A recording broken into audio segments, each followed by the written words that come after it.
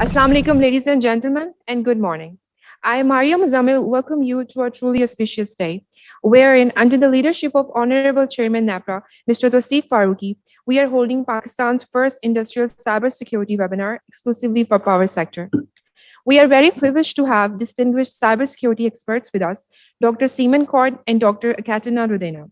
Both our experts are accomplished leading experts on industrial cybersecurity system and work with the world's leading industrial control system, Computer Emergency Response Team, also known as ICS CERT. They have published in many papers and many books on the subject. We welcome and thank you for joining us today. I request the Honorable Chairman NEPRA, Mr. Tosif Farooqi, to allow us to officially mission, sir. Thank you. We shall start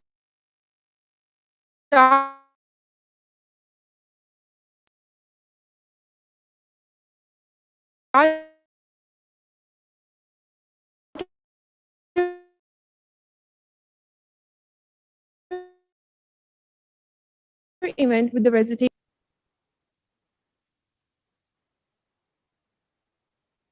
अल्लाह के नाम से जो बड़ा मेहरबान निहायत रहम वाला है। सूरत अल-क़ारिआ।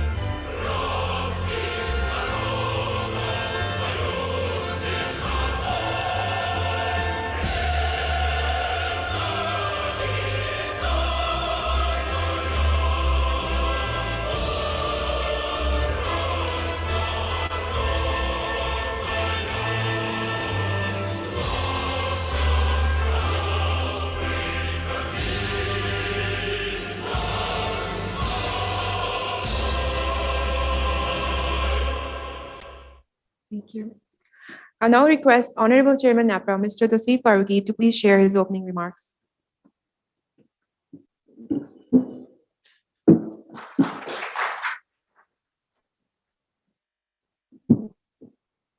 Who started this clapping? Please raise your hand. You'll get extended promotion. Bismillah ar-Rahman ar-Rahim. My honorable authority members, Bahadur Saab, Rahmat Saab, with your permission, let me open today's session. Mohsin Saab, we are truly indebted to you for this, making this dream true. We have been thinking about having this today's session for past few months, and here we are today. I think how many people are connected on the Zoom? 140. So 140 and almost maybe 60 around here, so around 200 people, and I'm sure this will be recorded and the knowledge will be spread all across. Many people ask me this question, seeing the agenda yesterday, why national anthems? Because in your previous seminars or webinars, you never used or never started them with the national anthems. So why? What's so special about this one? So I told them this time we are giving a warm welcome to our Russian friends who I have been told, and I'm really, really staggered with this information, that this is the first time that we are having such an industrial cybersecurity seminar come webinar. So I'm extremely indebted, thankful to all the organizers from outside, Mohsin and his team, my team in NEPRA, and especially our worthy speakers today, Dr. Kort and Dr. Rudina. So please welcome them with claps. Thank you very much. So history in making that not only we are having our first cybersecurity seminar today, this is being hosted and conducted with the help of our Russian friends. So in the honor of them having this webinar or the spread of knowledge, as I call it, we welcome them with Pakistan as well as Russia's anthem. So this is the logic behind that. Why is cybersecurity? There are many reasons for that, and my team has given me this long list to read, which I'll definitely avoid reading because this is not my style. I'll just talk to you heart to heart. Uh, Out of many reasons, one personal reason of cybersecurity's special love, affection, and value in my eyes is this was my most major assignment given to my management when I was in Abu Dhabi about 4 years back. Because 4 years back, Abu Dhabi, 4 or 5 years back, Abu Dhabi came up with NISA, which is National Electronic Security Agency. What they did was they classified all their national critical infrastructure projects and power projects and oil projects, oil related, all the projects in fields and refineries, they were considered as the national critical infrastructure projects. So they made a special authority or security agency to monitor their security, because there are n number of vulnerabilities these days. This word always twists my tongue. The technology, it has given us lots of kick, lots of positivities have come in our lives because of technology, but it has presented many challenges as well. The biggest challenge being that it has created extra additional risks in our life. Wherever we go, now we leave our digital dust, whether we are using our telephones, our mobiles, or any electronic devices, may it be using the ATM. So all these things have put us under additional responsibilities. So it is not only on individual level, but also all the organizations who are now operating in industrial under industrial banner, they are equally exposed. World Economic Forum has this little survey whereby it reveals that 20 countries have now placed cybersecurity in their top 3 risks to their economies. And 12 of them put cybersecurity as the top, the highest risk factor for their economy. Similarly, many businesses now place cybersecurity as one of the top risks for their businesses. Should we in Pakistan just watch it from a distance, or be proactive and do something about it? Because this is a clear and present danger. So we need to be very, very careful and cautious about it. So when this assignment was given to me by my management, I didn't even know the spellings of cybersecurity and what did it mean, to be very honest. So I consulted the usual guru, Google, and tried to gain as much knowledge as possible. My job was not only to represent my power plant, which was 2000 megawatts, one single entity, and 160 million gallons per day water plant, but we had a place called Tawila complex, whereby 2 more plants were there. So I was made a representative of the entire Tawila plant to represent before the government and its entities in coming up with the regulations. So what we are trying to do here is something which we achieved in Abu Dhabi few years back. We all got together, had lots of deliberations.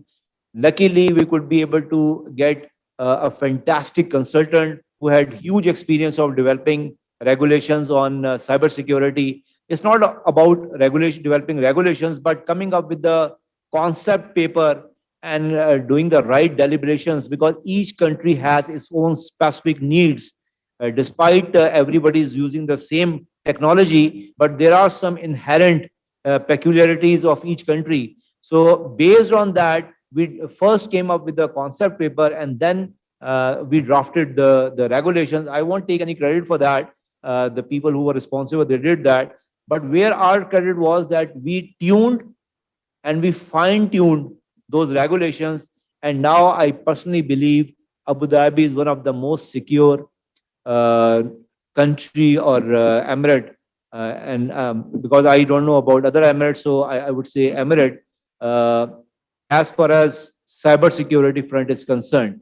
And that happened only because their proactive approach. And that was very, very close to my heart when I landed here as Chairman NEPRA on 5th August 2019. This was very high on my agenda. But I was entrenched, I was pulled in so many other urgent areas that it was totally overlooked before one day. This is my conviction that everything has time, and things happen for a reason. One fine morning, Imran just landed in my office, and he said that there is some chap, his name is Mohsin, and he wants to come and see you. I said, what for? And he said that he wants to discuss cyber security. And immediately, that something that was very close to my heart, that was, I won't say it died down, but it took backbench. So it immediately revived in my mind. I invited Mohsin and his team, and we had a fantastic talk on this. And immediately I asked them, let's have today's session, which we are holding today. And the idea is very simple. We are vulnerable. Technology has put us in huge risk. Our power plants are extremely critical infrastructure for us, not only in terms of costs that we have incurred in setting up these projects, but in managing them, in taking them forward. That is all our responsibility, being regulator, as well as the responsibility of the owner of those plants. So right now, I honestly feel this area is totally untapped, in a sense that we have not looked into it. So what we need to do is work together. Today is our definitely first day that we are discussing this topic, but from this day onwards, we are going to have regular sessions on this. And now we are also engaging our partners in this, our power plants. But maybe as things hopefully ease up on COVID front as well, we are going to engage our stakeholders, our business partners, as I call it, in this room, and we are going to have further deliberations for eventual top-notch regulations to protect our vital assets. That's what the idea is. This is not something which NEPRA, being regulator, is trying to impose on anybody. This is our job. Not only having electricity assets, generation assets or transmission assets or distribution assets is vital, but keeping them safe. Like when you come to the office, HSC plays its role. Suhail must be sitting here. Suhail's job is to make sure that all of you who come to the office, they return to their families safe and sound. And this happens, one such Suhail is everywhere in all the plants, taking care of the HSE side of those plants. Now, not only the health of or the safety of an employee is critical, so is the infrastructure on which he or she is working. So we are going to make sure that we have the right regulations to protect our infrastructure. So with this, I again welcome our worthy speakers, and I will probably come again at the end of this session to formally thank them for this. But let me not take more time. I would like our experts to just give us their talk. Thank you very much. Thank you. Thank you, sir. I would request the webinar attendees to use raise the hand option for questions. And ladies and gentlemen, you can also type your question in the comment section of Zoom. Now, without further ado, we invite our first guest speaker, Dr. Seaman Court, who is the Principal Security Analyst and ICS CERT Specialist. He is a PhD in cybersecurity with over 26 years of experience. He is the main author of Industrial Cybersecurity Awareness course, and he regularly delivers lectures on industrial cybersecurity to industrial employees around the world. Ladies and gentlemen, please welcome Dr. Seaman Court.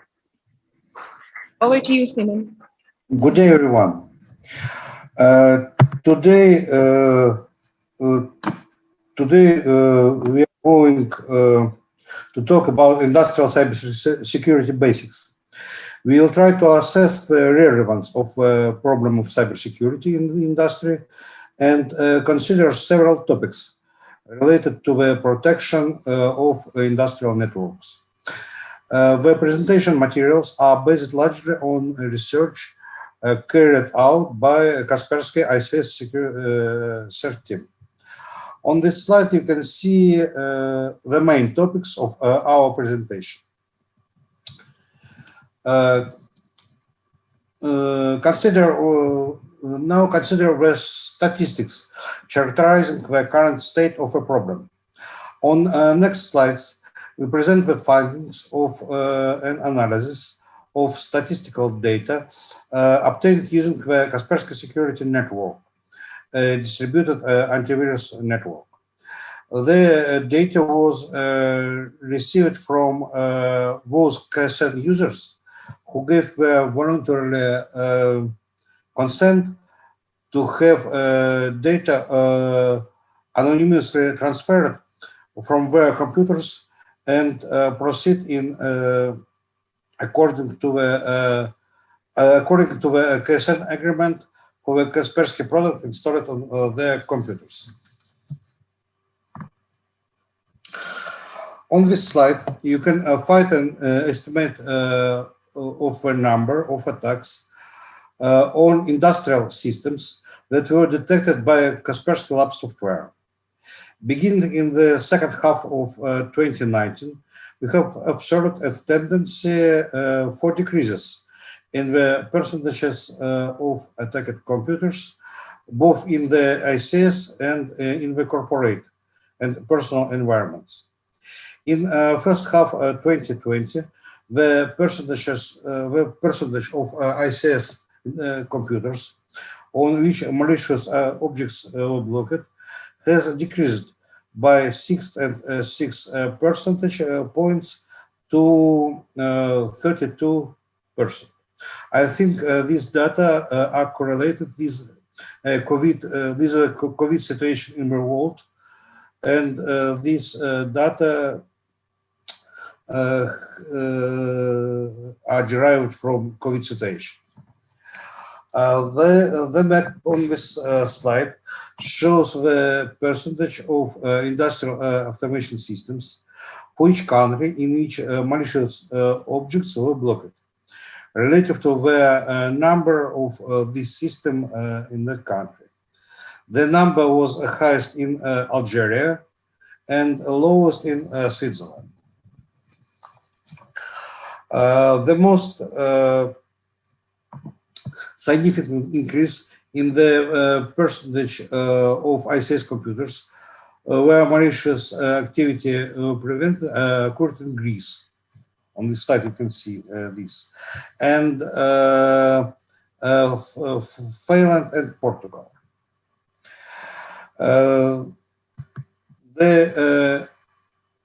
Despite the overall tendency for the percentages of attacked computers to decrease, you can see the number grow in the oil and gas sector and for computers used in building automation systems. These numbers are higher than the percentage around the world. But you can see on the slide that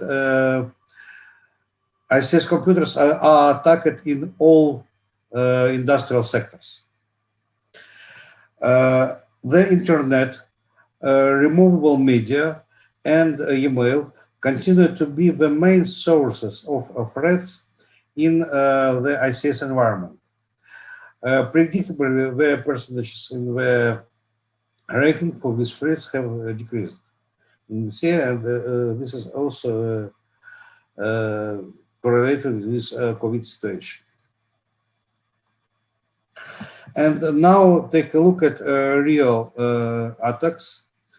There have been many publications in the press about attacks on industrial enterprises. Here are some recent examples. In this slide, In this slide, you see an example of a complex attack on industrial plants. The attack used a wide variety of offensive weapons. Here you can see eternal blue exploit, water holland and dictionary attacks. The good example of dictionary attacks is a Mimikatz program. And this attack hits enterprises in different countries and in various sectors of the economy. This attack, Muddy Water, which was conducted by Muddy Water Group, focus on government and telecom targets in Middle East. Muddy Water first surfaced in 2017 and targeting a large number of organizations. Muddy Water Group attackers deploy a variety of tools and techniques to implement the attacks and complete the victim infiltration and data exfiltration.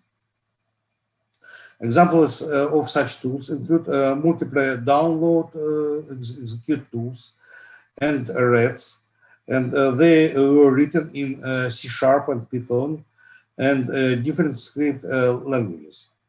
And the main target of this attack were Pakistan and Turkey.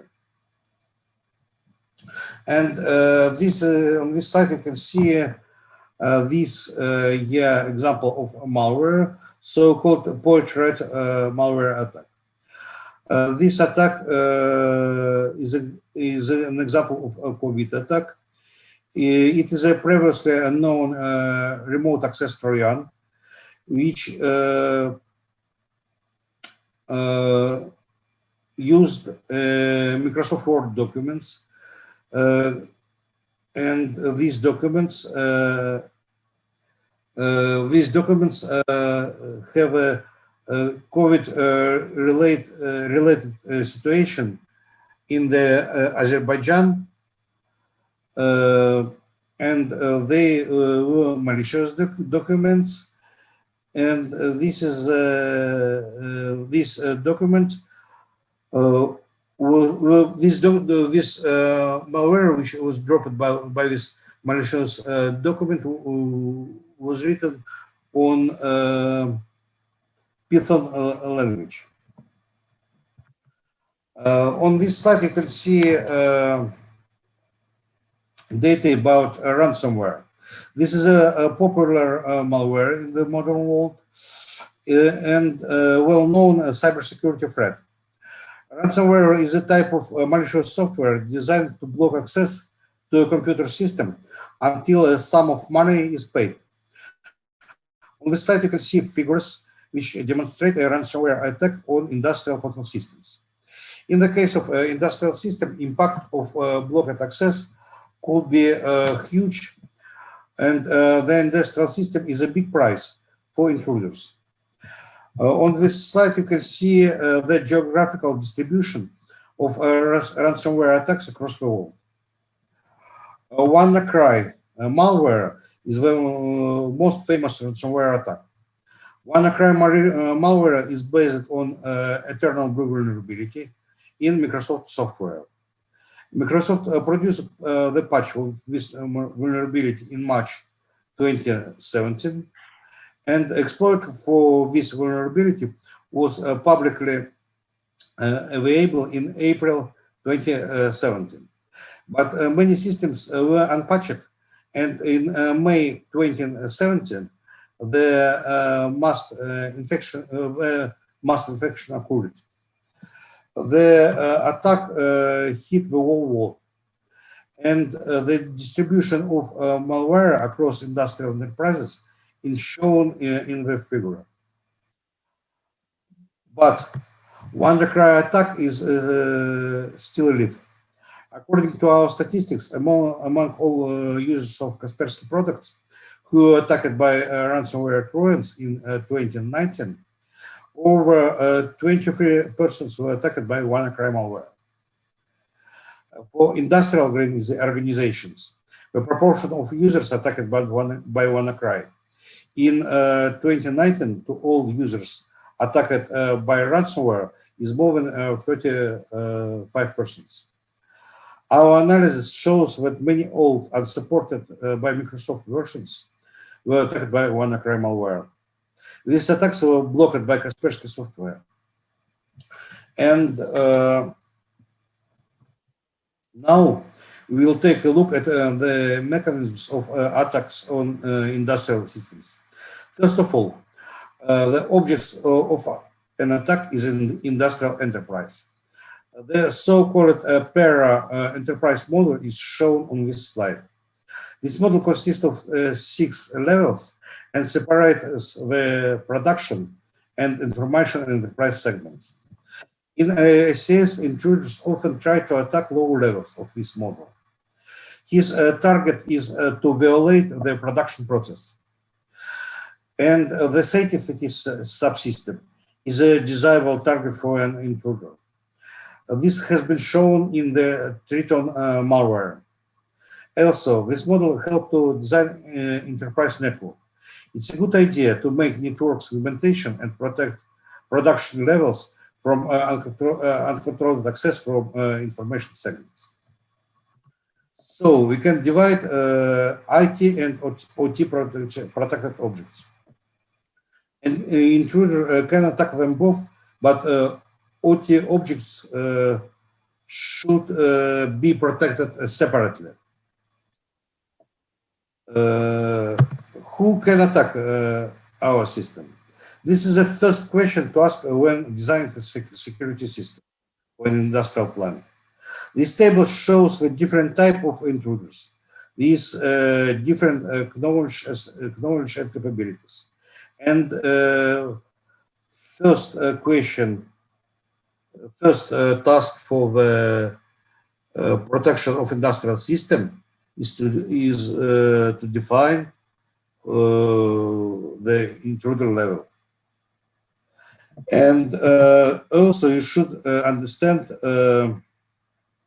what's mean malicious program. Intruders use a variety of malicious programs to carry out attacks. Some popular types of malware are shown on this and next slides. Virus and worms, Trojans, ransomware, also backdoors, or downloaders, malicious backdoors, or downloaders, and different malicious utilities. So our next topic will be industrial system vulnerabilities. Usually, an attack is based on a system vulnerability. For simplicity, vulnerability is a bad system characteristic that can be used by an intruder for an attack. On this slide, you can see different types of IT system vulnerabilities. The same vulnerabilities exist in ICS systems. And on this slide, you can see different types of vulnerabilities discovered in ICS hardware and software in 2019. The most popular and dangerous vulnerability type is buffer overflow programming error. But on this slide, you can see the information about vulnerabilities discovered in different ICS components. Many researchers continuously try to find vulnerabilities in ICS components and make our wall secure. And industrial systems may have special reasons for vulnerabilities. The industrial system has a long lifetime, so it could be composed of different devices that use different technologies, and they should be compatible. And this is a source of security problems.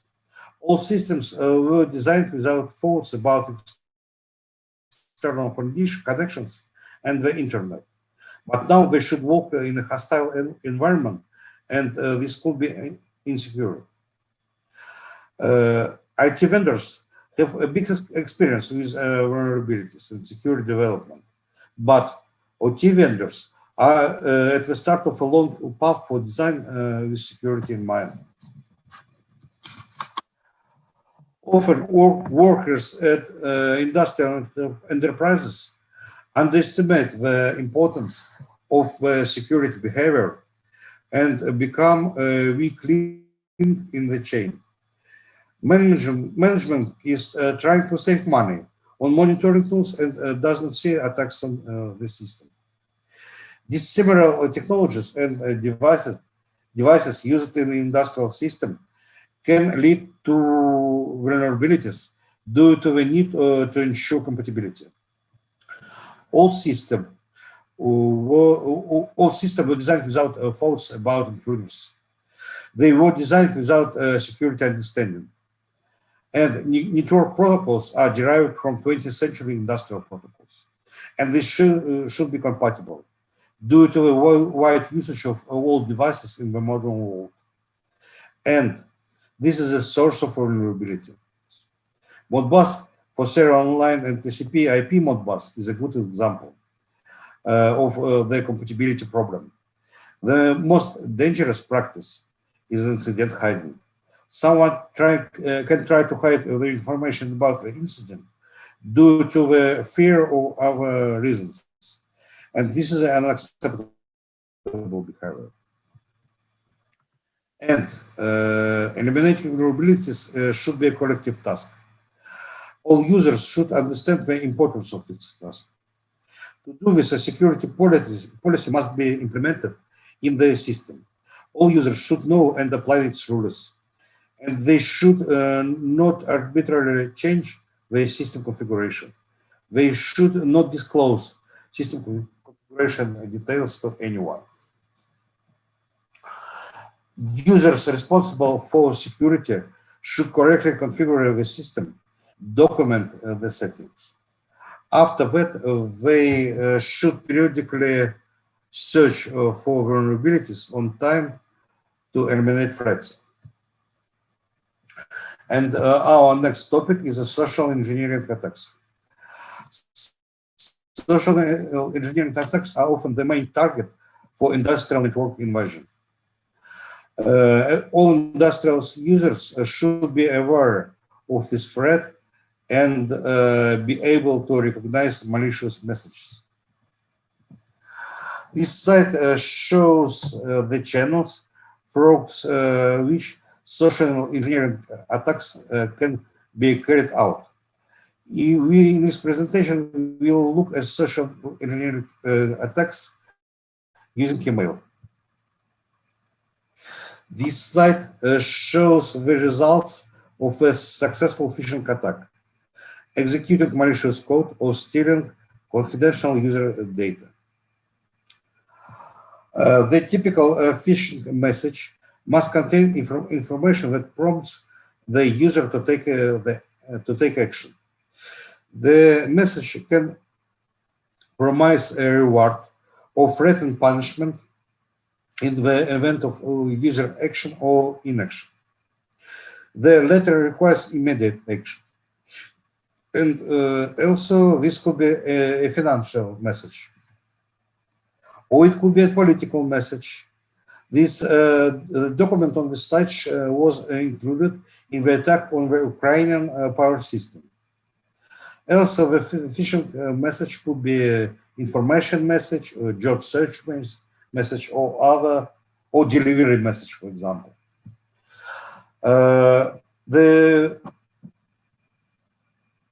A typical message has three parts: a hook, why you should trust this message; a call to action, click a link or visit the site or fill form; and immediate action response, immediate action request.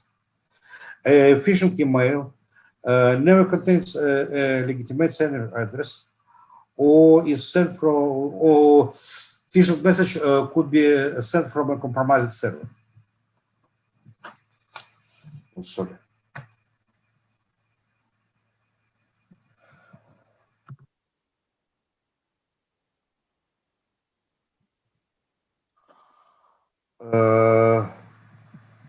On this slide, you can see the signs to which an email can be classified as phishing. The message must contain anonymous call for action. The message can include different links, pictures, and links attachments. And the message contains different grammatical errors and other noise information.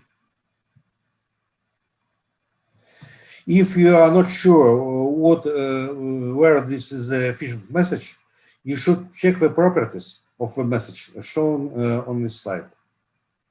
You should verify the address and attachments without clicking on them, without clicking on them. And spear phishing is a more sophisticated compared to regular phishing.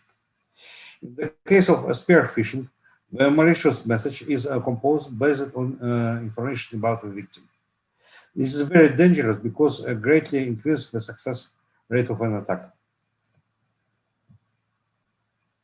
The spear phishing message is composed specially for a recipient.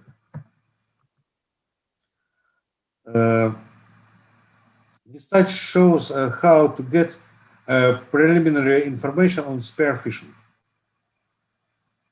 The collection of information is carried out from various sources.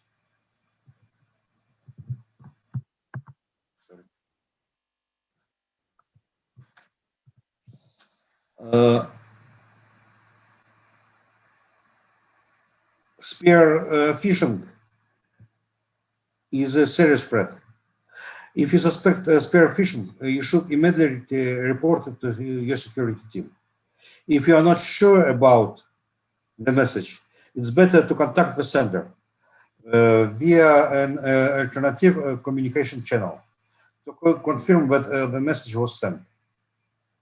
So the spear phishing means that you're probably under the serious threat because someone tried to compose a message specially for you.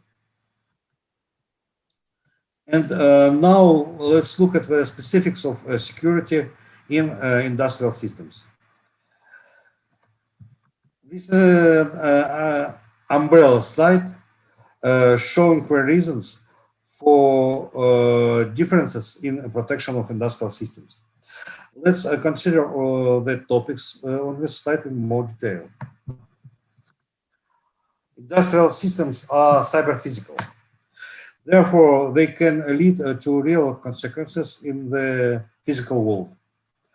Accounting for such consequences is an important task in ensuring cybersecurity. As a consequence, employers who understand the industrial process must participate in the implementation of cyber defense. Communication security professionals with engineers can be challenging. Process-driven cyber protection can be specific, leading to unique solution in many enterprises. Industrial systems may require real-time control. They can require the transfer of large amounts of data from sensors. This leads to significant efforts to organize real-time protection. Industrial systems must be manageable. Therefore, the requirements for system availability become very important. As a consequence, some of the techniques used by means of protection are not applicable. For example, using restarting or rebooting the computer to update the software may not be acceptable. And robust uptime strategies for many cases are required. It's often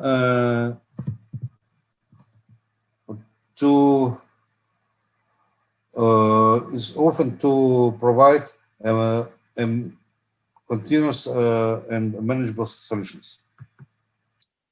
And sometimes you should protect old and low power systems. They may lack of resources for functioning of a means of protection. This leads to changes in defense strategy. For example, you could have a lack of resources to run antivirus. And some systems cannot be protected with modern means. This means that a specific security policy must be developed for them. Some provisions of such a security policy are shown on this slide. For example, if you should protect Windows XP old system, this is a very specific case.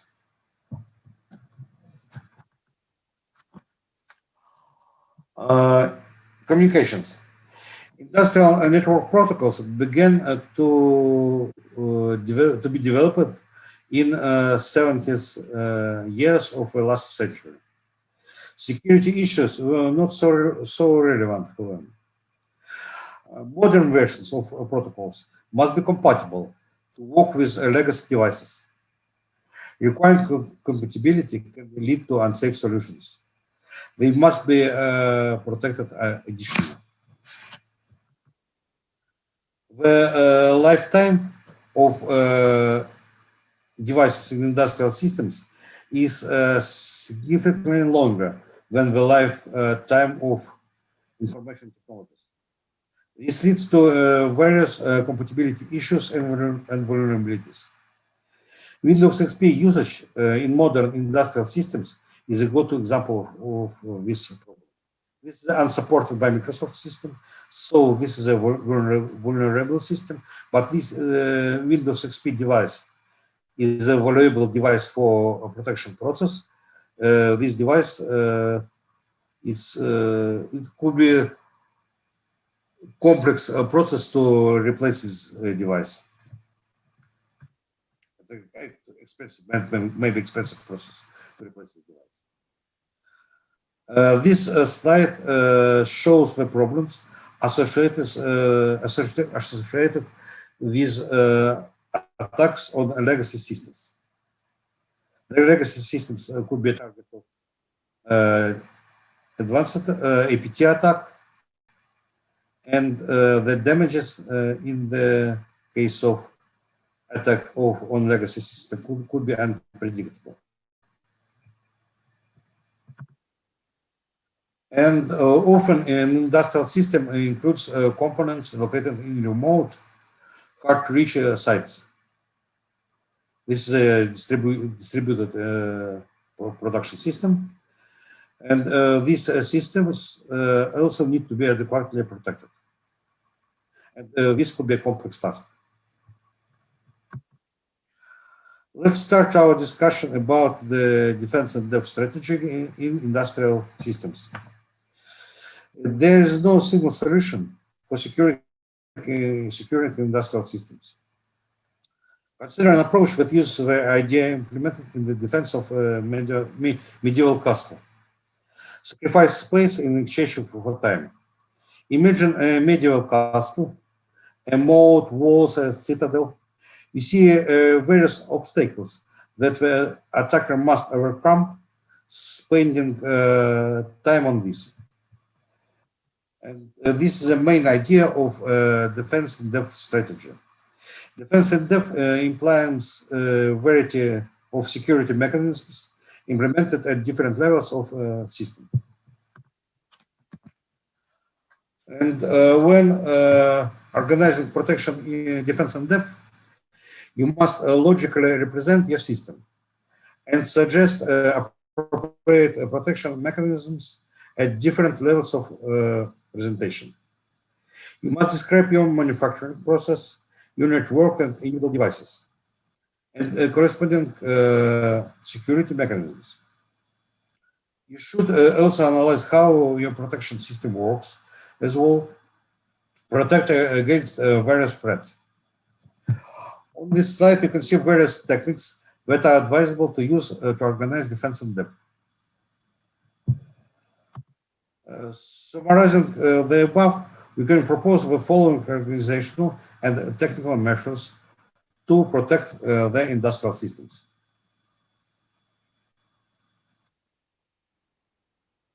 On this slide, you can see different technical measures.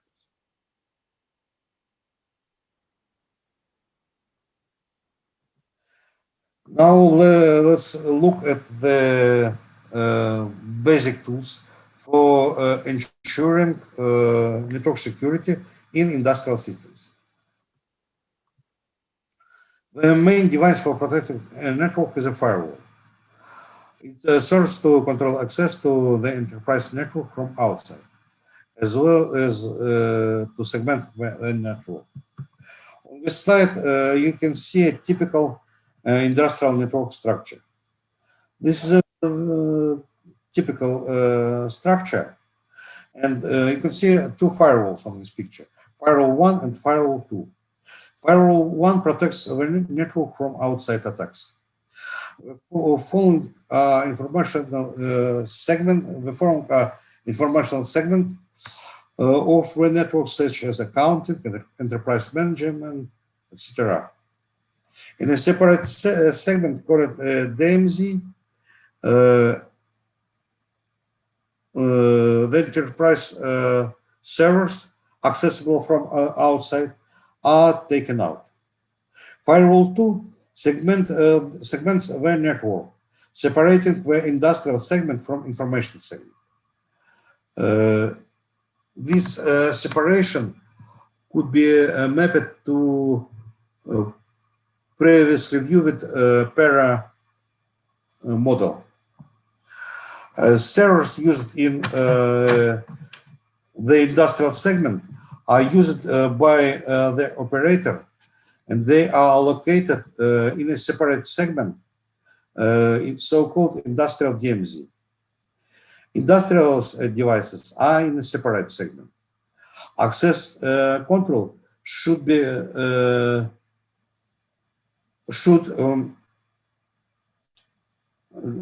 access control should use DMZ and implementation of network rules to control traffic between information and industrial segments. So this is a typical network structure, and this structure could be used for different industrial facilities.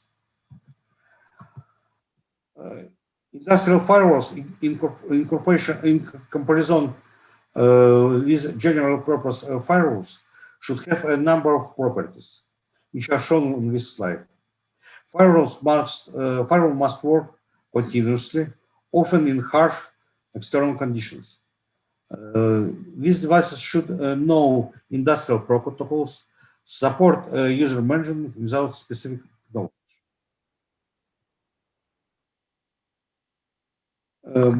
Monitoring systems are very important security solution for industrial control systems. We can talk about intrusion detection systems and intrusion prevention systems. In industrial environment, intrusion detection system is a preferable solution due to the nature of an industrial system and the manageability property of industrial environment. And Kaspersky laboratory has a good solution for intrusion detection system in industrial environment. Next slide, about malware protection. Malware protection should be also specific in industrial environment. This specific is derived from a manageable and continuously work property of industrial environment. So this protection should be not invasive. We can delete malicious files sometimes. We can block access for intruders sometimes. And the precision and low resource usage are the main properties of malicious solution or anti-malicious solutions for industrial environment. The current situation and problems associated with COVID makes remote access protection relevant for industrial enterprises. This slide shows typical user roles that may need remote access.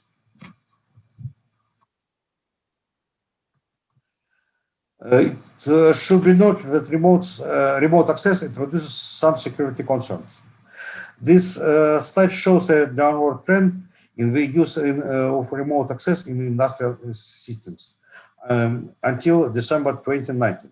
But in 2020, the use of remote access to industrial system is growing.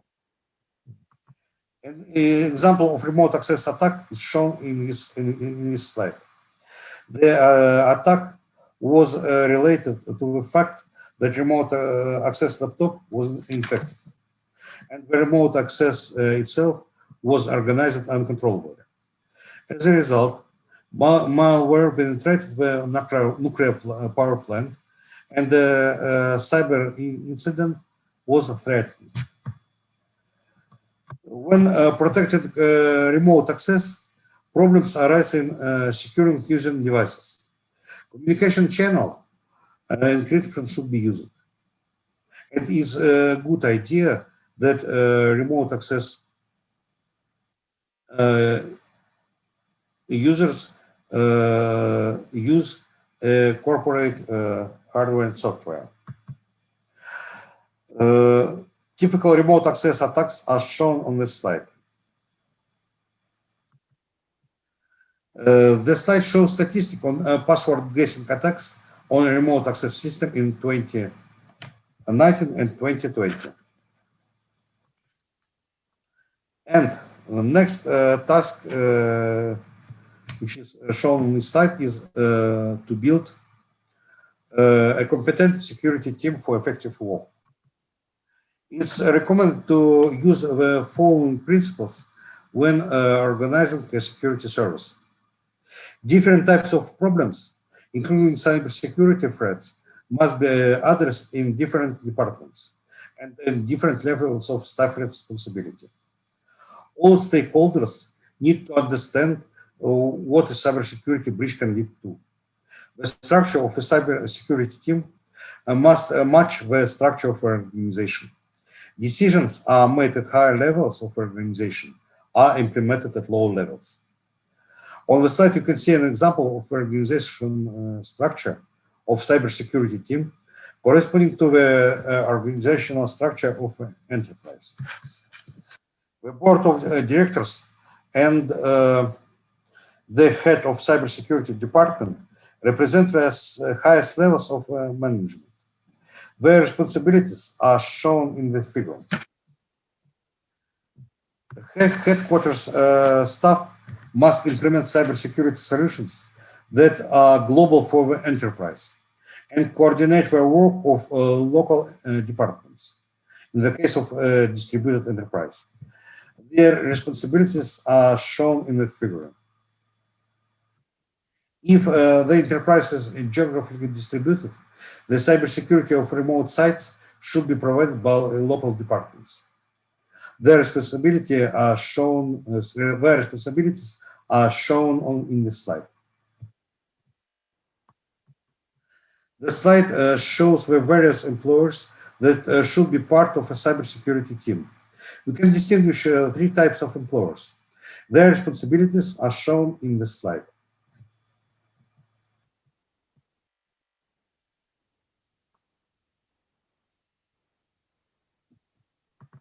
The slide shows the challenges of organizing a cybersecurity team in the enterprise.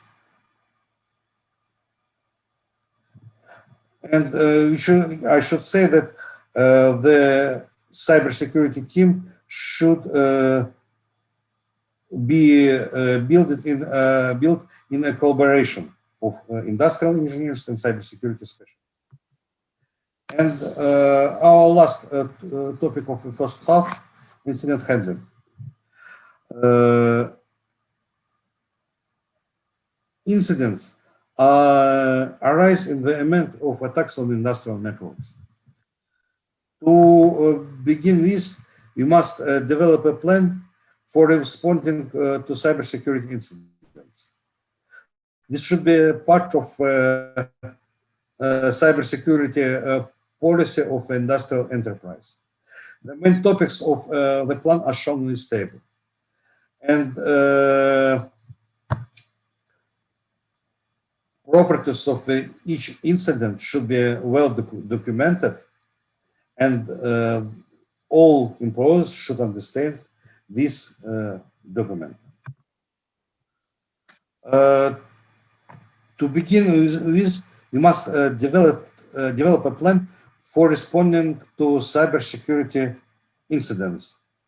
The main topics of the plan are shown on this slide. You should assign a responsible person for each type of incident. You should understand malicious and non-malicious events for this incident and distinguish them. You should identify all details about incidents that should be documented. And you should coordinate the specific personnel that should handle this incident. And these are typical steps, but unique steps for different incidents could be defined by different organizations. And when handling an incident, you need to follow steps shown on this and next slides. After incident detection, you must stop the incident and you must clear the system of the intruder. First of all, you should stop the spread of malware from your system. For example, you should block the infected part of the system. Also, you should prevent damage to industrial control system. For example, you should broke the connection between infected information segment and production segment. Also, you should define the type of malware in your system, and you should estimate corresponding risks. And also, after the system cleaning, for example, you should clean malware files, you should close backdoors in your system, you should clear intruders' accounts in your system. This is steps of